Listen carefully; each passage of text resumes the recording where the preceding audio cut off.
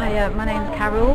I was brought up a Catholic, went to Catholic school. I knew a lot about Jesus,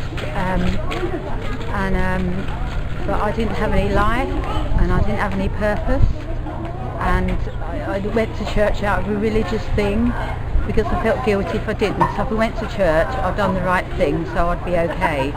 But I had absolutely no future, and I got to 16, and because the church didn't do anything for me, I just went into the world, and my life was just a downward spiral. I was just drinking, and for me personally, my life was about, if I've got the right man in my life, then I've sorted, I've arrived, type of thing.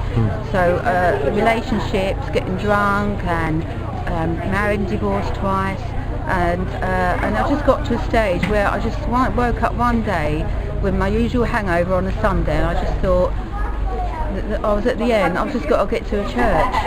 So from maybe 30 years before, I just knew that somehow I've got to get to a church. But to cut a long story short, that particular church didn't have life, and in between time my daughter had gone to a church that was lively, that explained the scriptures to you, that actually told you about the scriptures, why Jesus died, what was his blood all about, what was all that about, why was that relevant to me, and I literally, it says in the Bible, faith comes by hearing, and I heard for the first time in my whole life the gospel.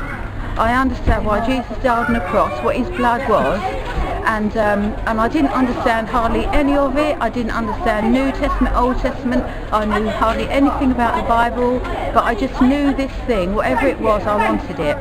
I was desperate, this was the thing, and like I said, I didn't understand, but I just made that commitment, right, that's it.